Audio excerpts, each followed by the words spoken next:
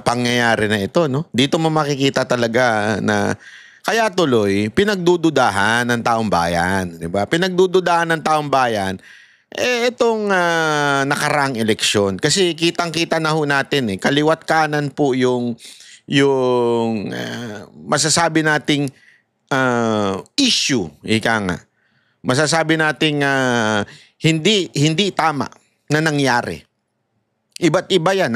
Ilang punto yung pinunto ko sa inyo. Ito yung bagong punto ho ni Topacio. Diba? Dito pa lang, ang dami na hong pinunto ni Topacio. So, yan dapat talagang wag natin tantanan at sagutin talaga ni George Garcia. Kasi hindi pa pwedeng gayan-gayan lang Diba? Hindi pa pwedeng gayan-gayan lang, pababayaan na lang. Kaya nga tayo mga kababayan, nananawagan tayo sa mga senador na nanalo. Nananawagan tayo, lalong-lalo na po yung mga Duterte o Duterten na pumasok.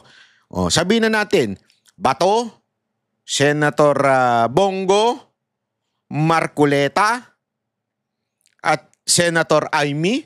Bakit? Kasi, di ba, pinili nyo rin yan yung mga ibang Duterte yan So, responsibilidad nila ngayon. Tandaan ninyo, naging chairwoman pa ito ng pagdating sa eleksyon.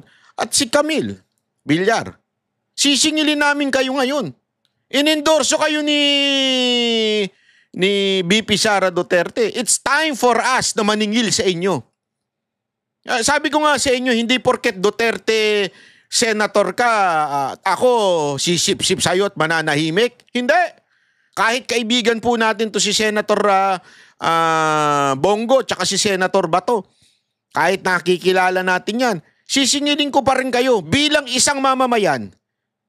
Alam ninyo na hindi tama ang nangyari sa eleksyon. Alam ninyong merong discrepancy sa nangyari sa eleksyon. Gumalaw kayo. Inaasahan namin kayo. Huwag po kayo manahimik porket nanalo po kayo. Dahil magagalit ang taong bayan sa inyo. Kay Senator Marcoleta, inakusahan mo before si COMELEC chairman ng may offshore account. As a matter of fact, nagsagutan pa nga kayo. I think nagdemanda pa ata to si chairman Garcia. Meron kayong akusasyon. Ngayon ang pagkakataon bilang senador, na dinggin mo kung talaga bagang nagkaroon ng dayaan itong nakaraang eleksyon. Ito ang pagkakataon mong umangat, Senator Marcoleta.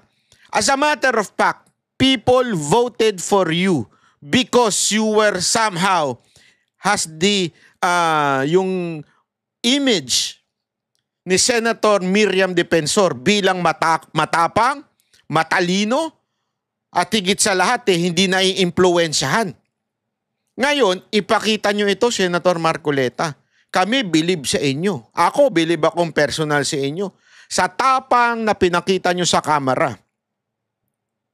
That's why we supported dito sa pagkakataon nitong 2025 election. We supported you wholeheartedly. KOJC supported you. And you know that, Senator Marcoleta. Todo ang suporta sa'yo ng KOJC. As a matter of fact, isinama ka sa lahat ng poster. Sinuportahan ka. Hindi lamang po KOJC. Taong bayan ang sumuporta sa inyo. That's why we are expecting you to be our voice in the Senate. Kasi aminin na natin mga kababayan, and this is not a mistake. Alam naman natin pagdating sa hearing si Bato, si Senator Bongo, medyo hindi kasi po abogado, medyo lang sila, medyo alam mo yon, mabait. Hindi sila masyadong kumpronta, di ba? Hindi nila personalidad yon. Wala namang problema Kasi kung lahat kumpronta lang ng kumpronta, may kanya-kanya silang gift May kanya-kanya silang lakas. Halimbawa, si Senator Bongo, he never stops. Talagang pag sinabi mong sipag, ay wala. Sabi nga ng kaibigan ko na talagang alam ang galawan ni Senator Bongo, kung gusto mong mamatay, maging staff ka ni Senator Bongo. Kasi walang pahinga daw yun. Talagang walang pahinga. Which is nakikita natin eh. Yung habang yung ibang mga senador nagbabakasyon ngayon kasi sa June pa ang simula, siya nagtatrabaho na. Eto si Senator Bongo ang masasabi kong pagdating sa trabaho, saludo ko. Saludo talaga ako. Taas kamay ko sa'yo. Ikaw ang talagang simbolo ng isang taong sobrang sipag. Wala nang sisipag pa kay Senator Bongo. Sigurado tayo. Diba? Pero hindi niya gift yung makipag-argue ng tapatan. We know that. Diba? Alam natin yan. Tanggap natin yan bilang mga Duterte supporter. Hindi siya yung tipong ganun. Yeah? Kasi hindi niya gift yun. It's okay. Walang problema. Pero si Marcoleta, yan ang nagustuhan natin sa kanya.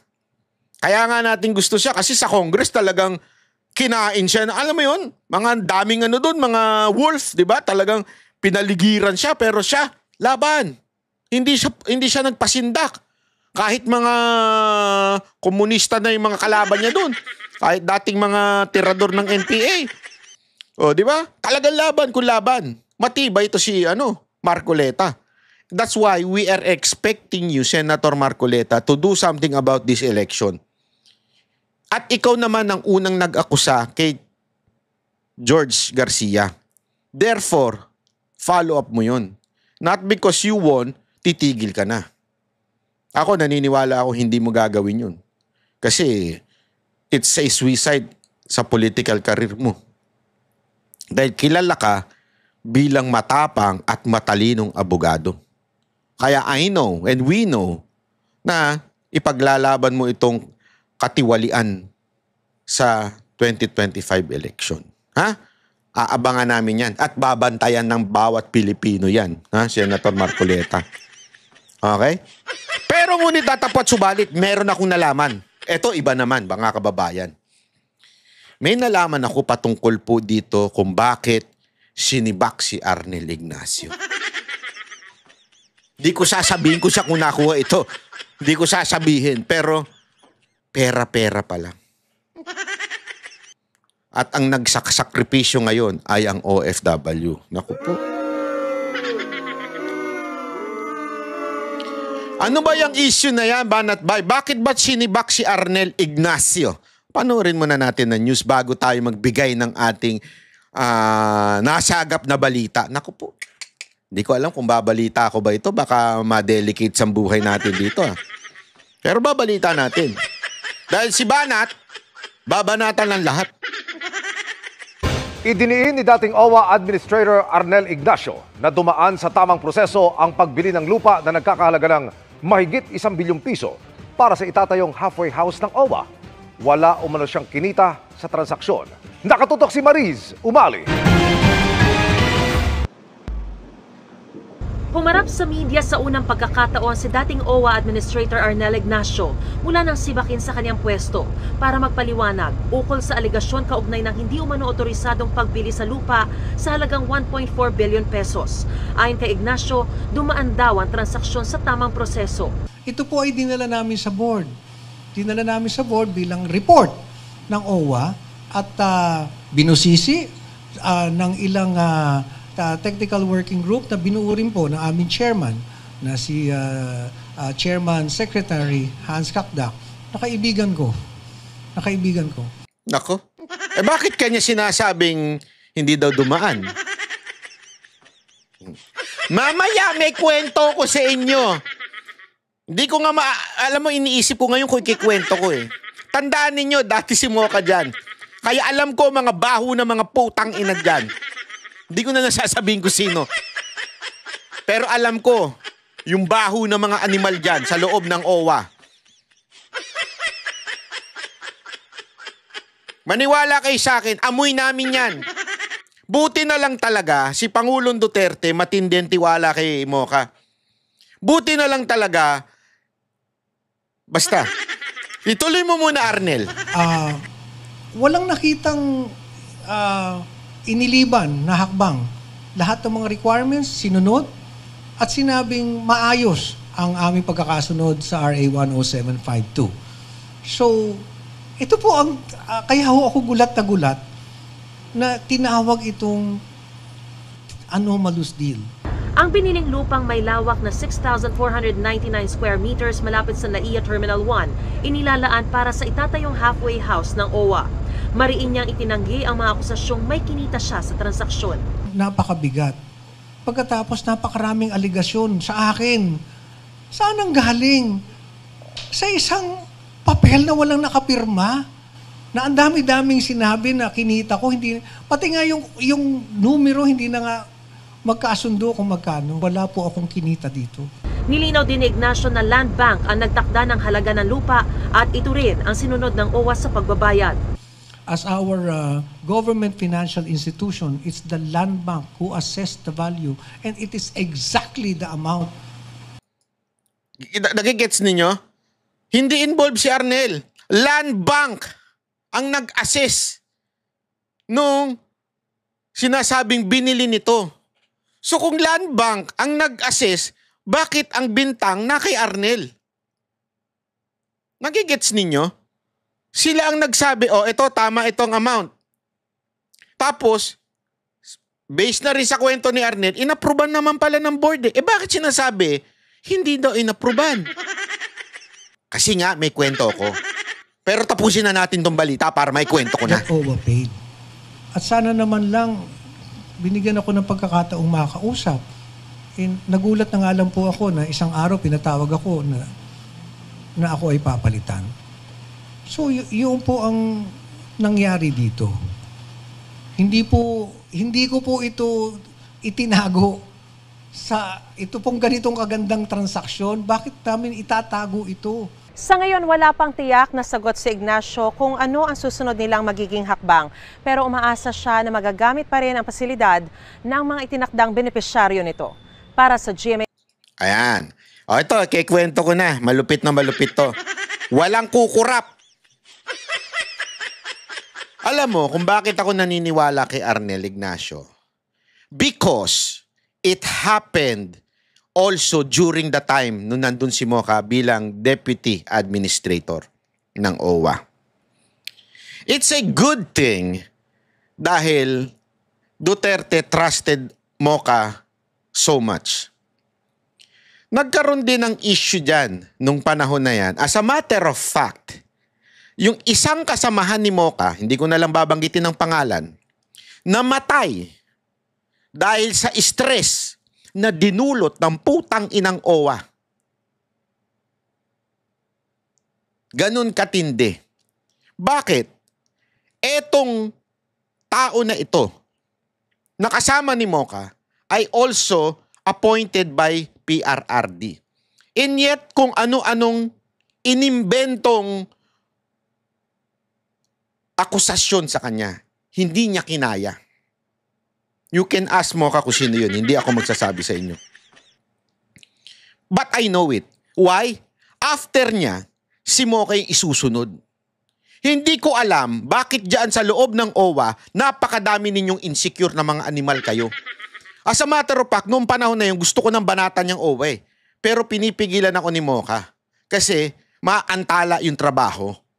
At that time, nagkaroon ng issue rin dahil nung panahon ng pandemya, inutusan ni Pangulong Duterte through Senator Bongo, si Moca, na gawin ang lahat para siguraduhin mapakain ang mga OFW yung inuwi natin galing sa ibang bansa dahil sa pandemya.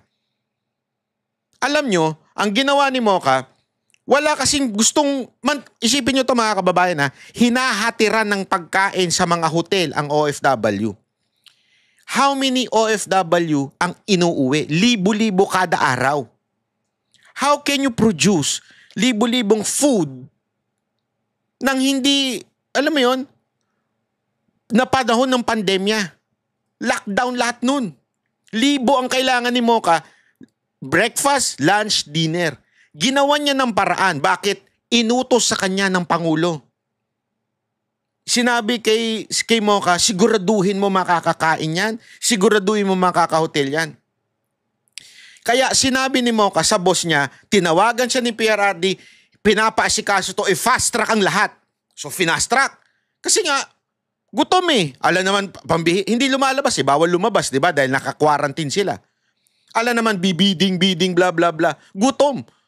So, umorder sila sa isang, parang ang tawag doon, yung nagke-cater. Tapos kini-question siya. Sandali, hindi naman dumadaan sa kanya yung bayad eh. Diretso doon sa caterer ang kumukuha ng bayad doon sa OWA.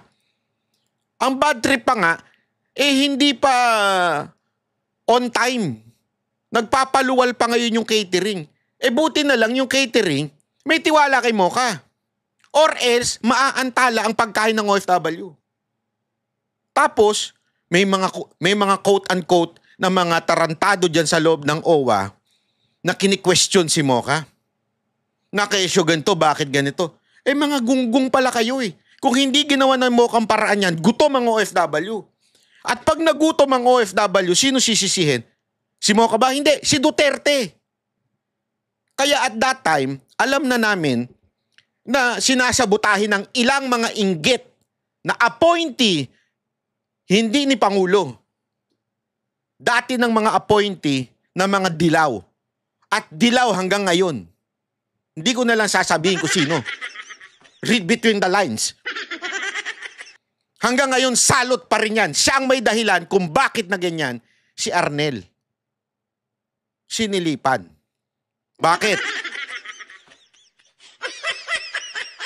Ito ang kwentong nasagap ko. Based doon kay Mocha, ngayon ito kay Arnel. Ang nasagap ko kasing balita.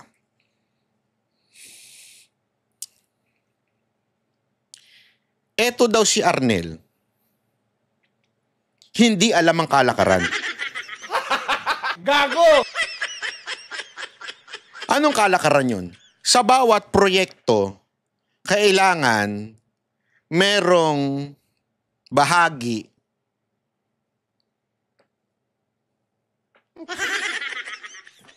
siya. Kailangan may bahagi si kataas-taasang basta sa bawat proyekto. As a matter of fact, related nga daw yan doon sa pagsibak ng, hindi pagsibak, courtesy resignation. Yung mga hindi napapakinabangan yan ay tatanggalin o kaya ililipat. Sa madaling salita, yung mga quote-unquote tuwid o ayaw hindi mapakinabangan, ililipat. Ganyan daw ang kwento lang sa akin ito sa panaginip ko. Nanaginip kasi ko eh. Kala niyo si Jay lang na naginip ha. Nanaginip ako. Kinwento sa akin ng isang anghel. Hindi pala anghel. Wag naman anghel. Wag mo idama yung mga anghel. Animal ka. Kinwento sa akin ng isang ibong. Ibong tralala. Na nagtaka kasi sila. Ang laki nung budget. Hindi man lang sila nakinabang. Ang laki daw ng budget na naisara, na ayos ni Arnel at hindi sila nakinabang. Kayo na lang mag-isip kung sino yung sila. Problema nyo na yan. So, hindi sila nakinabang. Kaya, sinibak si Arnel. Kasi, parang sindikato na daw yan. Kailangan, bawat proyekto, merong pakinabang ang Gago! Hindi alam ni Arnel. Kasi nga, Duterte supporter siya. Walang kalakaran ganyan nung panahon ni Duterte. So, hindi alam ni Arnel na kailangan sa bawat proyekto, may ganitong pakinabang si... Pangalanan nyo nga kung nahuhulaan nyo kung sino yung nakikinabang na yun. Pangalanan nyo nga. Ilagay nyo dyan.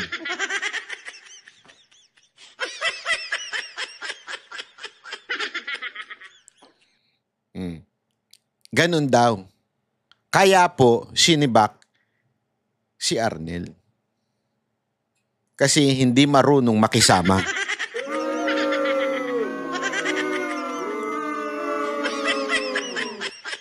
Yun ang nasagap kong balita. Ha? Sa aking panaginip.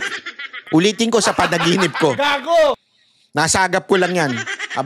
Habang humihilig ako, biglang merong bumulong sa akin. Hindi kasi nagbigay si Arnel eh. O yan, tuloy na si Bak. Ganun na daw ang kalakaran kasi sa lahat. Pag hindi ka nag-abot, hindi ka talaga magtatagal. Eh masyado daw, ewan ko, sabi, tuwid daw to si Arnel. Hindi naman niya alam. Kasi nung panahon naman ni Duterte, walang ganyan eh. Yung abot-abot, walang ganyan. At isa lang ang nag-a-appoint nun. Kay Arnel daw, no comment. Kaya nga mga kababayan, ang problema dito, this is a serious matter. Ang problema dito, OFW ang tatamaan. Kasi, sabi nga nung nakausap ko sa panaginip lang to. Huwag niyo seryosohin. Sabi dun sa panaginip na nakausap ko, ito daw kasing gobyernong ito, wala silang pakialam kung merong maisilbi sa taong bayan. Ang pakialam nila kung papaano sila makakalikom ng limpak-limpak na palakpak kayo naman. Palakpak. Gago! Di ba? Kaya kung alam ninyo kung sino yung tinutukoy ko, eh, kayo na lang sumulat. Bahala kayo. Basta, read between the lines. Ganun daw kasing kalakaran ngayon. Nakakalungkot. Di ba? Etong taong matino na gusto lang niyang pagsilbihan ng mga OFW, gaganituhin, sisirain ang credibility. Alam mo, si Arnel, hindi niya kailangan magagaganyan. Pero bakit nila ginaganyan yung tao? Even among all the alam mo yun, sa industry, nakilala siya, hindi ganyan yung tao na yan. Masungit, may pagkamasungit yan. That's truth. That's the truth. Pero hindi ganyan yan. Masungit lang yan kasi ano yan eh, parang prangka na tao yan. Pero pagdating mo sa trabaho, sa OFW, hindi mo mapapantayan ng concern yan. At alam ko, dahil maraming sindikato dyan na inoperate si Arnel kasi nga panahon siya ni Duterte. Alam mo, matagal na yan. Panahon pa lang ni Mocha, puro mga appointee na ng mga dilawang naandyan. Eh hindi lang sila makapalag noon dahil pag si Presidente tumawag, mantakin nyo ha, si Mocha ay Deputy Administrator. Ano ibig sabihin nun? Siya lang yung pangalawa. At tulad ngayon, Administrator si, di ba? Si Arnel. At that time, may Administrator pa. Hindi si Mocha ang nasa top. Deputy lang siya. Bakit siya ang tinatawagan ni Pangulong Duterte at ni Senator Bongo? Ayusin ang mga OFW nun.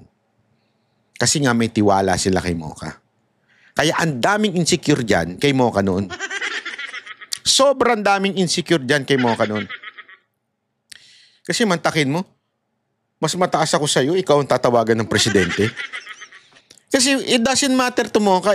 Kasi wala sa wala sa kanya yung, hindi akong tinatawagan ng presidente. Hindi, sa kanya, kawawa ito mga OFW, tulungan natin. Hindi na ito question na sino mas mataas. Kasi mantakin mo siya ang pinapadala sa ibang bansa para siguraduhin ang kalalagayan naman. Kaya nga, di ba, kinwestiyon siya, bakit ang dami mong biyahe? Eh, bakit di nyo itanong ang Office of the President? Eh, akong pinapupunta para siguraduhin na maayos sa mga OFW eh. Hindi, dami niyang, totoo, kinwestiyon yan. Oh, hindi sila makapaniwala. Bakit? Ewan ko ba't walang tiwala sa boss niya. Kaya ngayon, ganyan sila kapraning dyan sa loob ng OWA. Mga praning yung mga tao dyan eh. Eh siguro, naisip nila, naku po, eto na naman, tao ni Duterte ito. Kaya nagawan. Kaya nga alam nyo mga kababayan, ngayon meron niyang isang sekretary na dating appointee ni Pangulong Duterte. Hindi ko na nga alam pinupuri eh. Bakit? Baka mamaya ma-insecure na naman yung mga nasa taas eh. Alam mo naman yung mga nasa taas, animal yan eh. At hindi to corrupt. Kaya nga, just in case, hindi ito ibalik, alam ko na. Kasi, malamang sa malamang, hindi na naman ito alam mo na, hindi ito nagpakain sa sistema. O hindi ito, alam mo yon, hindi ito nagpasakop sa sistema. Kasi sa sistema natin sa bansa, kailangan laging meron si